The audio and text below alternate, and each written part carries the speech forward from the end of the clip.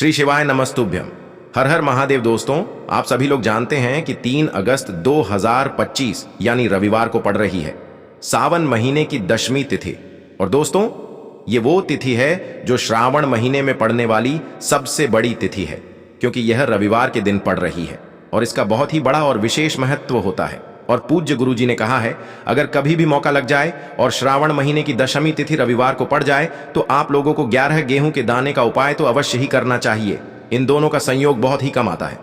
और दोस्तों, पूज्य गुरु जी ने अपनी शिव महापुराण की कथा में बताया है, इस दिन आपको 11 गेहूं के दाने वाला उपाय तो अवश्य ही करना चाहिए, क्योंकि ऐसा दिन पूरे साल में सिर्फ एक ही बार आता है। और दोस्तों, आप सभी लोग जानते हो कि रविवार का अगर सबसे बड़ा कोई उपाय है तो वो 11 गेहूं के दाने वाला उपाय है। तो दोस्तों, इस रविवार के दिन आप लोगों को इस 11 गेहूं के दाने वाले उपाय को जरूर करना है। बहुत सारे लोग होंगे जिन लोगों ने इस उपाय को न किया हो, मतलब पूरा साल निकल गया और उन्होंने किसी भी दिन इस 11 गेहूं के दाने वाले उपाय को न किया हो। पर दोस्तों, आपके पास एक आखिरी मौका बचा हुआ है, जो कि 3 अगस्त के दिन है। तो इस दिन आप लोगों को इस वाले उपाय को जरूर कर लेना है। भले ही आपने पूरे साल भर इस उपाय को न किया हो, पर अगर आपने इस श्रावण महीने के रविवार के दिन अगर इस वाले उपाय को कर लिया तो आपको इस उपाय को करने का वो फल मिलेगा जिसकी आपने कभी कल्पना भी नहीं करी होगी। इसीलिए आप लोग इस वाले उपाय को एक बार जरूर कर लेना, ताकि आप लोगों के हाथ से यह मौका ना जा सके और आपको इस उपाय को करने का फल मिल सके। दोस्तों, यह उपाय पंडित जी ने अपनी अभी की ही शिव महापुराण की कथा में बताया है, जिस उपाय को आज हम आपको बहुत अच्छे से समझाने वाले हैं। इस वीडियो को देखने के बाद इस उपाय को समझने के लिए आपको कोई और वीडियो को देखने की जरूरत नहीं पड़ेगी। तो चलिए दोस्तों, उपाय को शुरू करते हैं। देखिए, यह इस श्रावण महीने के रविवार के दिन यह इतना खास होता है, इतना महत्वपूर्ण होता है। देखा गया है कभी कभी बड़े बड़े पूजा पाठ अनुष्ठान से जो मनोकामना पूर्ण नहीं होते, वो इस श्रावण महीने के रविवार के दिन एक छोटे से उपाय करने से ही आपकी मनोकामना पूर्ण हो जाती है। और बहुत सारे लोगों ने इस उपाय को किया भी है और उनको इस उपाय को करने का फल भी जरूर मिला है। अगर आप लोग भी इस उपाय को रविवार दशमी के दिन करना चाहते हैं तो आप इस उपाय को पहले अच्छे से समझ लेना, सुन लेना, उसके बाद करना। आपको इस उपाय का फल जरूर मिलेगा। और इस उपाय को कर लेने से आपके घर में चाहे किसी भी प्रकार की दुख और समस्या क्यों ना चल रही हो, आपको उसका कारण भी नहीं पता है कि भाई ये समस्या किस कारण से चल रही है, उसका कुछ भी कारण हो सकता है, जैसे पितृदोष हो सकता है या किसी भी तरह का मंगल दोष भी हो सकता है। तो इस दिन आप लोगों को यह वाला उपाय कर लेना है। ये एक ऐसा उपाय है जिस उपाय को अगर किसी विशेष दिन पर किया जाए तो भाई उस विशेष दिन का जो है वह तो हमें मिलता ही मिलता है, पर हमने उस दिन पर इस उपाय को किया है तो हमें उससे भी बड़ा फल मिलता है और फल बहुत जल्दी मिलता है, क्योंकि आप इस उपाय को बहुत ही बड़े और विशेष दिन पर कर रहे हो। तो चलिए अब उपाय के बारे में बात करते हैं, लेकिन उससे पहले आप लोगों को यह जानना आवश्यक है कि आखिर यह उपाय किस समय करना है, किसको करना है और कैसे करना है। तो चलिए हम आगे आपको वीडियो में एक एक करके बता देते हैं। लेकिन उससे पहले अगर आप लोग हमारे चैनल पर नए हैं तो हमारे चैनल को सब्सक्राइब कर लेना और इस वीडियो को लाइक करके कमेंट बॉक्स में श्री शिवाय नमस्तुभ्यम ओम नमः शिवाय जरूर टाइप कर देना। और अपने फायदे के लिए, गरीबी दूर करने के लिए इस वीडियो को पूरा देखकर जाना, तभी आपको लाभ की प्राप्ति होगी। यदि आज आपने वीडियो को बीच बीच में से देखा, काट काट कर देखा, तो आपको जीवन में कभी सफलता हासिल भी नहीं होगी। तो दोस्तों, इस 11 गेहूं के दाने वाले उपाय को हमें इस रविवार के दिन कैसे करना है, किसको करना है, किस समय करना है और कहां पर करना है, ये सारे सवालों के जवाब आपको इस वीडियो में मिल जाएंगे। और जो ये वीडियो देखेगा भाई, उसको 11 गेहूं के दाने वाला उपाय जरूर करना चाहिए, क्योंकि इस दिन एक गेहूं के दाने का भी बहुत ही बड़ा और विशेष महत्व होता है। और जब बात आ जाए 11 गेहूं के दाने की, तो ये सोने पे सुहागा वाली बात हो जाती है और ये एक बहुत ही बड़ा उपाय हो जाता है इस श्रावण रविवार का। अब हम समझते हैं इस वाले उपाय को हमें करना किस समय है। इस 11 गेहूं के दाने वाले उपाय को हमें इस रविवार के दिन करना किस समय है। तो देखिए, इस उपाय को करने का जो समय है वह सुबह का समय है और शाम का समय भी है। अब देखिए, यहां पर हम मुख्य रूप से सुबह का समय नहीं बोले, क्योंकि 3 अगस्त रविवार दशमी का दिन है और इस दिन प्रदोष काल के समय का बहुत महत्व होता है। बाकी अगर सुबह के समय भी करेंगे तो भी अच्छा होगा, उसमें कोई भी दिक्कत वाली बात नहीं है। तो चलिए जानते हैं इस विशेष उपाय के बारे में। लेकिन उससे पहले एक प्रार्थना, अगर आप इस चैनल पर नए हैं तो आप इस वीडियो को लाइक करें, चैनल को सब्सक्राइब करें और कमेंट बॉक्स में आप अपनी राशि या अपना नाम जरूर डाल दें, क्योंकि हम राशि से जुड़ा भाग्य भी बताते हैं और भाग्य में चल रही परेशानियों को दूर करने के लिए वह आसान से आसान उपाय भी बताते हैं। तो चलिए अब हम अपने सबसे पहले उपाय की बात कर लेते हैं। देखो, गुरुजी ने कहा है कि अगर रविवार के दिन सावन महीने की 10वीं तिथि पड़ जाए तो इस दिन आपको 11 गेहूं के दाने वाला उपाय तो अवश्य ही करना चाहिए। देखो यह उपाय यदि आपके जीवन में कर्जा बहुत अधिक है, आपके जीवन में संकट बहुत अधिक रहते हैं, आपके ऊपर बहुत अधिक विपदा आ रही है, बार बार आपको अपने व्यापार में और अपने धन में हानि देखने को मिल रही है, यानी कि आपको प्रत्येक कार्य में हानि हो रही है, तो आपको यह उपाय करना चाहिए। देखिए, इस उपाय के लिए आपको 11 गेहूं के दाने आपको लेने हैं। ठीक है, 11 दाने लेने के बाद में आपको जरूरत होगी चावल के दानों की। 11 चावल के दाने और 11 गेहूं के दाने, और चावल के दाने खंडित नहीं होने चाहिए। अब आप कहोगे, भैया गेहूं कहां से लेने हैं? देखो, आपको किसी भी किराना स्टोर पर गेहूं के दाने आपको आसानी से मिल जाएंगे, जाकर ले लेना। ठीक है ना? 11 गेहूं 11 चावल के दाने लेने हैं। साथ ही साथ आपको एक तांबे का लोटा लेना है और उस तांबे के लोटे में आपको जल भरना है।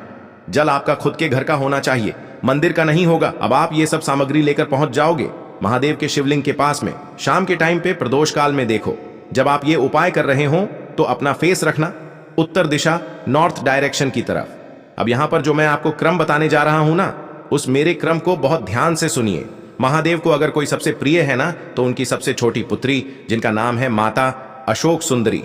जो आपके पास में चावल के 11 दाने हैं ना, उन चावल के 11 दानों को माता अशोक सुंदरी के स्थान पर आपको अपना नाम और गोत्र बोलते हुए समर्पित कर देने हैं, है ना? और चावल के दानों को रखने के बाद में जो आपके पास में तांबे का लौटा है ना, उस तांबे के लौटे को कहीं पे भी हम जल नहीं चढ़ाएंगे। सिर्फ और सिर्फ माता पार्वती का जो हस्त कमल आपको दिख रहा है, यहीं पे गोल गोल आपको समर्पित करना है उसी जल को, और कहीं नहीं। ना तो माता अशोक सुंदरी के स्थान पर, ना तो शिवलिंग के ऊपर, सिर्फ आपको यहाँ पे गोल गोल जलाधारी पर आपको उस जल को समर्पित करना है। अब आपके पास में बचे हुए हैं 11 गेहूं के दाने और बचे हैं। उन्हीं 11 गेहूं के दाने को आपको अपनी मनोकामना अपने विशेष कहते हुए महादेव के शिवलिंग के ऊपर, अगर आप वैशाख सप्तमी के दिन प्रदोष काल में समर्पित कर देते हैं, तो आपकी जो भी मनोकामनाएं होंगी, जो भी विश होंगी, महादेव पूरी जरूर करते हैं। अन्न को समर्पण करने से, उस खासकर गेहूं को समर्पण करने से हमारी इच्छाएं पूरी होती हैं। और अगर वह दिन रविवार का दिन हो, तब तो इससे सुंदर संयोग कुछ भी नहीं हो सकता। आपकी इच्छाओं को पूरा करने के लिए बहुत स्पेशल, बहुत प्यारा सा उपाय आप सभी को जरूर करना है। ध्यान में रखिएगा, यह उपाय प्रदोष काल में करना है। देखो, गुरुजी ने कहा है, भगवान शिव के शिवलिंग पर 33 कोटि देवी देवताओं का वास होता है। अगर हम शिवलिंग के सामने कुछ भी उपाय करते हैं तो हमारे सभी देवी देवता हमसे खुश हो जाते हैं। ये उपाय आपको अवश्य करना है। देखो, सुबह के टाइम नहीं कर सकते, ठीक है? अब बात करते हैं अगले उपाय की है। देखो, इस उपाय को आप सुबह से लेकर शाम तक कर सकते हैं। तो चलिए बढ़ते हैं उपाय की ओर। देखिए, इसके लिए आपको क्या करना है, एक काली मिर्च लेनी है। देखो, ध्यान से समझना, एक काली मिर्च लेनी है और ध्यान देना है कि काली मिर्च कहीं से भी खंडित नहीं होनी चाहिए। फिर इसके बाद आपको लेना है एक गोल बाती का दीपक। देखिए, दीपक आप चाहे तो माटी का ले लें, और यदि आपके पास माटी का दीपक नहीं है तो आप यह दीपक शुद्ध आटा लगा करके एक दीपक बना सकते हैं। बस आपको ध्यान देना है कि उस आटे में आपको नमक या हल्दी का प्रयोग नहीं करना है, ठीक है? तो आप एक बढ़िया सा दीपक बना लें और उस दीपक में गोल बाती लगा करके उस दीपक में आपको घी भरना है। देखो, गाय का शुद्ध घी आपको उस दीपक में भरना है।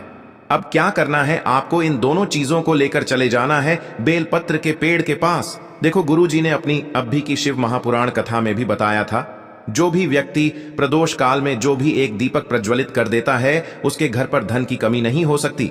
देखो, यदि आपके घर के आसपास कहीं बेलपत्र का पेड़ नहीं है या घर से काफी दूर पड़ता है और आप जा नहीं सकते, तो आगे हम यह भी बताएंगे कि कैसे इस उपाय को करना है। अगर बेलपत्र वृक्ष ना हो तो देखो, अब आपको प्रदोष काल में इन दोनों चीजों को लेकर चले जाए बेलपत्र के पेड़ के पास में। अब क्या करना है, सबसे पहले आपको उत्तर दिशा की ओर मुंह करके आपको खड़े हो जाना है और जो आप दीपक लेकर गए हैं उससे आपको बेलपत्र की जड़ में प्रज्वलित करना है। दीपक प्रज्वलित करने के बाद आपको एक काली मिर्च अपनी हथेली पर रखना है और बेलपत्र के पेड़ का आपको 5 बार परिक्रमा लगा लेना है। और यदि आप परिक्रमा बेलपत्र के पेड़ का नहीं लगा सकते हैं तो आपको दीपक को चारों ओर कुछ इस तरह से दीपक के ऊपर से 5 बार घुमा देना है, मतलब आरती करना है। और घुमाने के बाद आपको उसी काली मिर्च को दीपक में डाल देना है और वहीं पर बैठकर हाथ जोड़ करके आंख बंद करके आपको जो भी आपके जीवन में समस्याएं हैं, घर से लक्ष्मी जी का निवास नहीं है, घर में लक्ष्मी जी प्रवेश नहीं कर रही है, और भी जीवन में जो भी समस्याएं हैं, तो उस समय आपको विनती करनी है, ठीक है?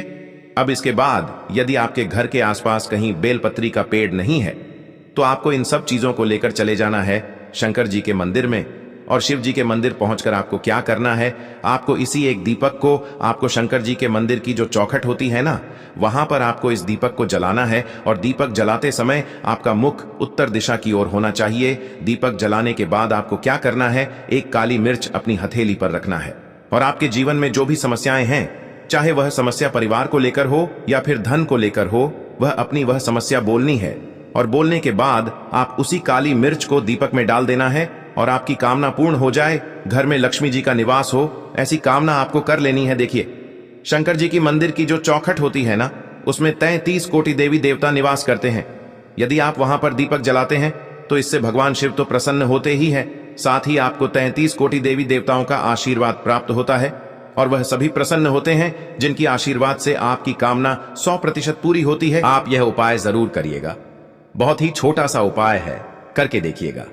देखिए, अब हम जान लेते हैं गुरुजी द्वारा बताए गए दूसरे उपाय के बारे में।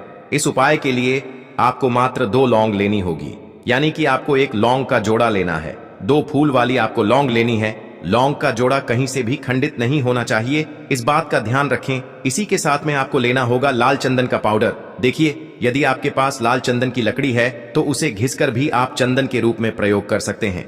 यदि पाउडर है तो उसका भी आप अपने उपाय के लिए प्रयोग कर सकते हैं। देखिए, चंदन जो है वह तेज का प्रतीक माना गया है और साथ ही साथ जीवन के अंधकार को दूर करने का प्रतीक माना गया है। अब इसी के साथ में आपको मात्र एक तांबे के पात्र के अंदर शुद्ध जल लेना होगा अपने घर से। अब दोस्तों, ये तीनों सामग्री लेकर के सीधे आपको पहुंच जाना होगा भगवान शिव के मंदिर में। देखिए, इसी के साथ में आपको एक गोल बाती का दीपक भी लेना होगा।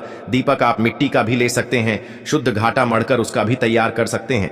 और दीपक में आपको शुद्ध घी का प्रयोग करना है। लेकिन जैसे ही आप इन सभी सामग्रियों को मंदिर में लेकर के पहुंचेंगे, मंदिर में जैसे ही आप चौखट के वहां पर पहुंचेंगे तो मंदिर की चौखट के सीधी तरफ आप जो अपने साथ एक गोल बाती का दीपक लेकर के आए हैं, उसे आपको सबसे पहले तो प्रज्वलित कर देना है। यानी कि जैसे ही आप मंदिर की चौखट के वहां पर प्रवेश करते हैं तो उसके सीधी तरफ आपको यह गोल बाती का दीपक प्रज्वलित कर देना है।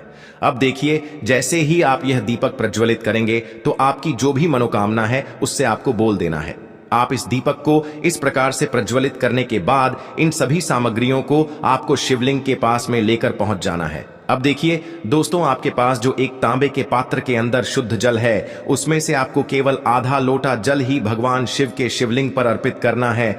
आधा लोटा जल आपको उसी पत्र के अंदर बचा लेना है। अब दोस्तों, आपके पास जो 2 लौंग है, यानी कि एक लौंग का जोड़ा है, उससे आपको अपना नाम और अपने गोत्र को बोलते हुए आपकी जो भी समस्या चल रही है, आपके जीवन में जो भी परेशानी उत्पन्न हो रही है, उन्हें आपको बोल देना है। और ये जो लौंग का जोड़ा है, इसे आपको भगवान शिव के शिवलिंग पर अर्पित कर देना है। जैसे ही आप यह 2 लौंग शिवलिंग पर चढ़ाएंगे तो अपना हाथ जो है वहां पर आपको रखना है और महादेव से आपको प्रार्थना करनी है कि मेरे जीवन की यह जो परेशानियां हैं वह सभी दूर हो जाएं। यानी कि आपके जीवन में धन की संबंधित परेशानी चल रही है, कर्ज की समस्या चल रही है, बच्चों का पढ़ाई लिखाई में मन नहीं लग पा रहा है, घर के जो आर्थिक संकट है वह सभी दूर हो, व्यापार आपका ढंग से नहीं चल पा रहा है, घर में रोग की स्थिति बनी हुई है, यानी कि जिस भी प्रकार की आपकी समस्याएं हैं उसे आपको महादेव से बोल देना है और महादेव से इन सभी समस्याओं को दूर करने के लिए आपको प्रार्थना कर लेनी है।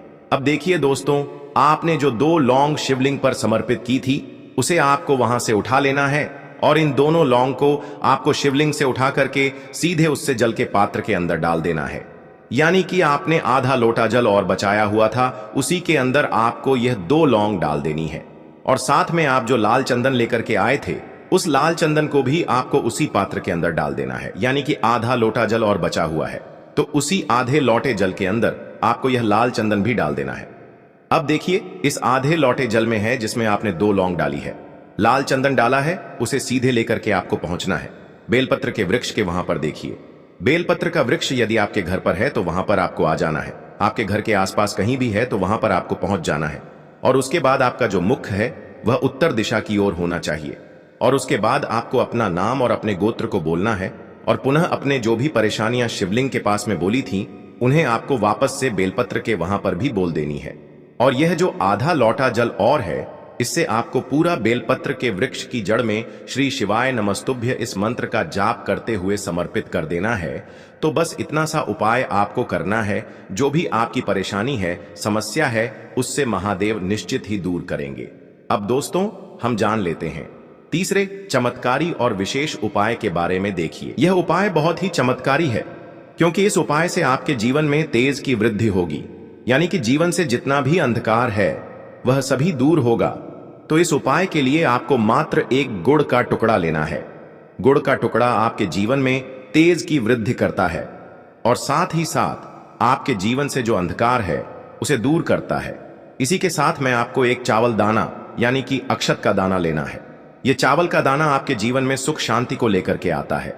आपके जीवन में धन की जितनी भी परेशानियां हैं उन्हें समाप्त करता है। इसी के साथ में आपको मात्र एक हरा मूंग लेना है।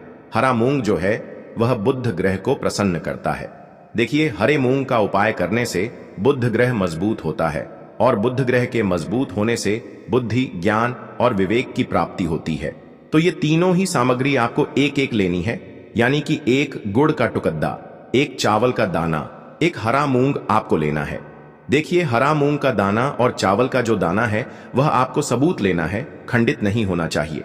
और इसी के साथ में आपको मात्र एक तांबे के पात्र के अंदर अपने घर से शुद्ध जल ले लेना है। देखिए, अब इन सभी सामग्रियों को लेकर के सीधे आपको पहुंच जाना है भगवान शिव के मंदिर में। आप यह उपाय सुबह से लेकर शाम तक किसी भी समय कर सकते हैं, लेकिन रविवार के दिन ही आपको इस उपाय को करना है। तो सबसे पहले तो ये जो एक गुड़ का टुकड़ा है, एक चावल का दाना है और एक हरा मूंग का दाना है, उन तीनों को आपको उस जल के पात्र के अंदर डाल देना है। लेकिन ये जो उपाय है आपके जीवन की सारी परेशानियों को दूर करने के लिए होता है, लेकिन विशेष मनोकामना तीनों सामग्रियों से ही आपकी परिपूर्ण हो जाती है। देखिए, यदि आपके जीवन तेज होगा तो सभी आपसे वार्तालाप करेंगे, सभी आपसे बात करेंगे और आपका जो मान सम्मान है वह बढ़ता है। और चावल का जो दाना है वह धन में वृद्धि करता है, मन की शांति के लिए होता है। और हरा मूंग जो है वह बुद्धि, ज्ञान और विवेक की प्राप्ति के लिए होता है। अब देखिए, यह जो एक पात्र है इससे आपको भगवान शिव के शिवलिंग पर धीरे धीरे अर्पित कर देना है। श्री शिवाय नमस्तुभ्यम इस मंत्र का जाप करते हुए और तुमरुकेश्वर महादेव का मन में स्मरण करते हुए। लेकिन तुमरुकेश्वर महादेव का स्मरण करने से यह जो उपाय है और अधिक प्रभावशाली हो जाता है। तो तुमरुकेश्वर महादेव का स्मरण करते हुए यह उपाय करने से आपके जीवन में जो भी अशांति है वह सभी दूर हो जाएगी। तो इस प्रकार से आपको यह सुंदर सा उपाय कर लेना है। इसके बाद बात करते हैं तीसरे उपाय की। आपको लेना है एक गोल बाती का दीपक। आप चाहें तो मिट्टी का ले सकते हैं या फिर घर से शुद्ध आटा मढ़कर उसका दीपक आप तैयार कर सकते हैं। इसके बाद आपको लेना है शुद्ध गाय का घी। अगर वो नहीं है तो कोई भी देसी घी इस्तेमाल कर सकते हैं, जिससे आपको दीपक प्रज्वलित करना है। देखो, अब ये सब सामग्री लेकर आपको जाना है प्रदोष काल में आपके घर पर तुलसी जी के घेरे के पास में। देखो, ये उपाय तो आपको अवश्य करना है। देखो, वहां पहुंचकर सबसे पहले वो दीपक आपको प्रज्वलित कर देना है और ओम नमो भगवते वासुदेवाय नमः का 11 बार जाप करना है। उसके बाद आपको अपने सीधे हाथ में थोड़ी हल्दी लेकर उस दीपक में अपना नाम और गोत्र बोलते हुए डाल देना है। उसके बाद माता लक्ष्मी से आपको प्रार्थना करना है कि हे महालक्ष्मी, हमारी सभी दुख तकलीफों को दूर करो। हे महादेव, हमारे सब दुख कष्टों को खत्म करो। इस भावना से आपको ये उपाय करना है। चलिए,